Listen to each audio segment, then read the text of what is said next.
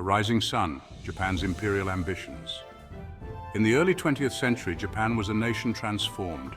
Gone were the days of isolation. In their place stood a modern industrial power, eager to claim its place on the world stage. Fueling this ambition was a potent ideology, one rooted in the belief of Japanese superiority and a divine right to rule. This ideology, embraced by both the military and powerful nationalist groups, envisioned a Japanese empire stretching across Asia. Japan's leaders looked at the vast resources and territories of its neighbors with envy. They saw the Western powers, with their sprawling colonial empires, as both a model and a rival. Japan, they believed, deserved its own sphere of influence, a greater East Asia co-prosperity sphere where it would reign supreme. This vision, fueled by a potent mix of nationalism, militarism, and economic ambition, set Japan on a collision course with the West.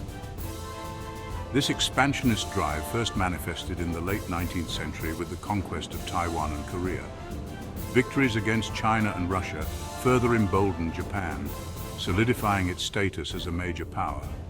But these early conquests were just a prelude to a much grander ambition, one that would ultimately plunge the world into war.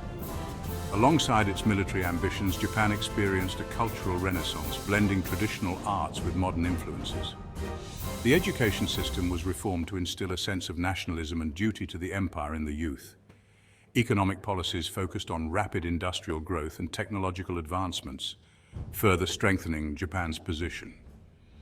Diplomatically, Japan sought to negotiate and assert its interests, often clashing with Western powers over territorial and economic issues. The Japanese Navy in particular became a symbol of the nation's growing military prowess, conducting extensive exercises to showcase its strength. Public rallies and propaganda campaigns garnered widespread support among the Japanese populace for the empire's ambitions. Strategic alliances were formed to bolster Japan's position, aligning with nations that shared similar interests. The expansion into Manchuria marked a significant step in Japan's imperial ambitions, establishing control over the resource-rich region. Military strategies were meticulously planned, with an eye on further conquests and the establishment of a dominant empire in Asia. Cultural influence spread across Asia, promoting Japanese values and way of life, furthering the empire's reach. Leaders frequently addressed the nation, rallying support for the imperial cause and preparing the populace for the challenges ahead. Military parades showcased the might of the empire, reinforcing the belief in Japan's destined role as a leading power in Asia. The map of Japanese expansion highlighted the vast territories under its control, a testament to its growing influence and power. Soldiers underwent rigorous training, preparing for future conflicts and the realization of Japan's imperial ambitions. Cultural festivals celebrated national pride and unity, reinforcing the collective identity and purpose of the Japanese people. Technological innovations and advancements in various fields underscored Japan's commitment to progress and dominance. As Japan strategized and planned its next steps, the world watched with a mix of admiration and apprehension, aware that the empire's ambitions would shape the future of Asia and beyond. An empire's appetite, the hunger for resources. Japan's ambitions were constrained by a crucial factor: its lack of natural resources. As an island nation, Japan was critically dependent on imports of oil, rubber, and other vital raw materials. These resources, essential for fueling its industries and military expansion, were largely controlled by Western powers. This dependence created a strategic vulnerability that Japan's leaders were acutely aware of. The Western powers, they feared, could easily cripple Japan's economy and thwart its ambitions simply by cutting off access to these vital resources. This fear was not unfounded.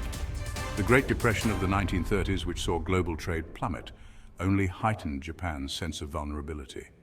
The need to secure access to raw materials became an increasingly urgent priority for Japan's government.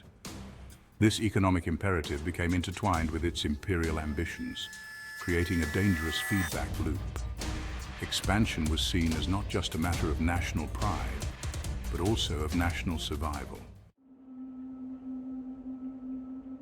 Closing the door, Western sanctions and rising tensions. As Japan flexed its military muscle in Asia, the Western powers grew increasingly alarmed.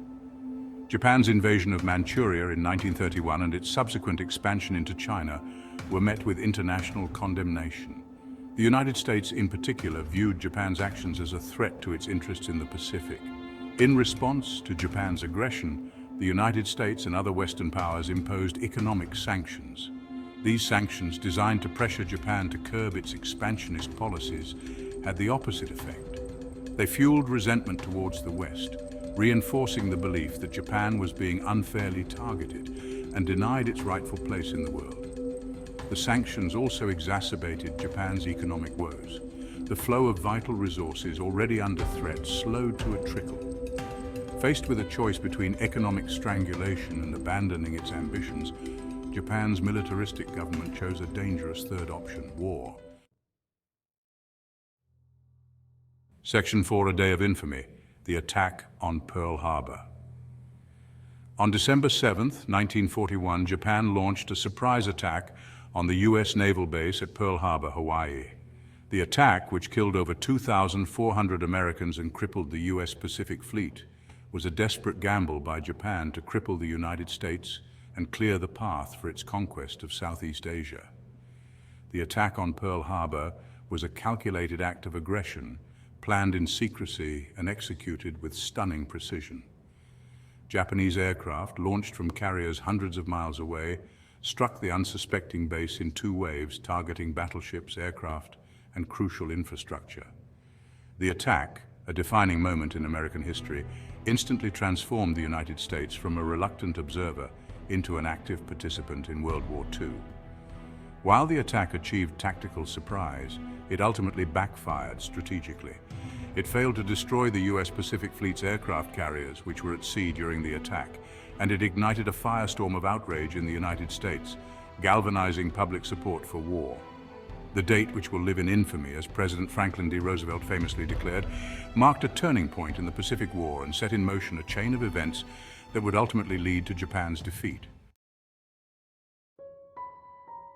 Section 5, A Co-Prosperity Sphere, Japan's Vision for Asia. The attack on Pearl Harbor was not an isolated act of aggression.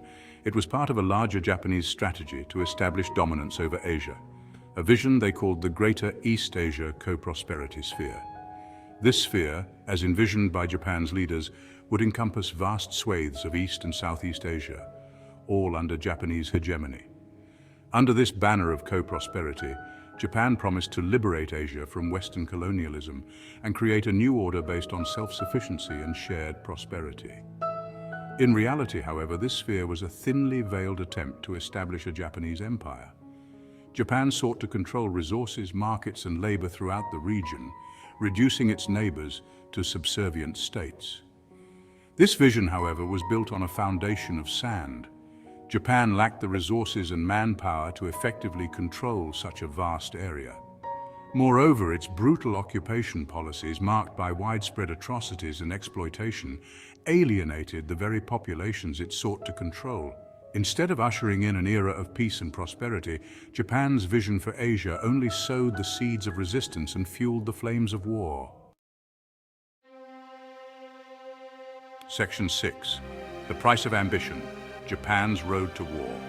The road to war is paved with miscalculations, and Japan's path to World War II was no exception. Driven by a toxic mix of imperial ambition, economic insecurity, and nationalist fervor, Japan's leaders made a series of fateful decisions that ultimately led to their nation's ruin. They overestimated their own strength, believing that a swift and decisive victory over the United States would secure their empire in Asia. They underestimated the resolve of their adversaries, failing to anticipate the United States' unwavering commitment to defeating Japan. And they misjudged the will of the people they sought to conquer, ignoring the powerful forces of nationalism and resistance that their brutal occupation policies would unleash. The attack on Pearl Harbor, meant to be a knockout blow, instead awakened a sleeping giant.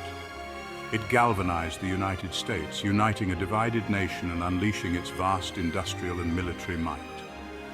Japan's gamble had failed, and its empire, built on a foundation of aggression and delusion, would soon crumble into dust.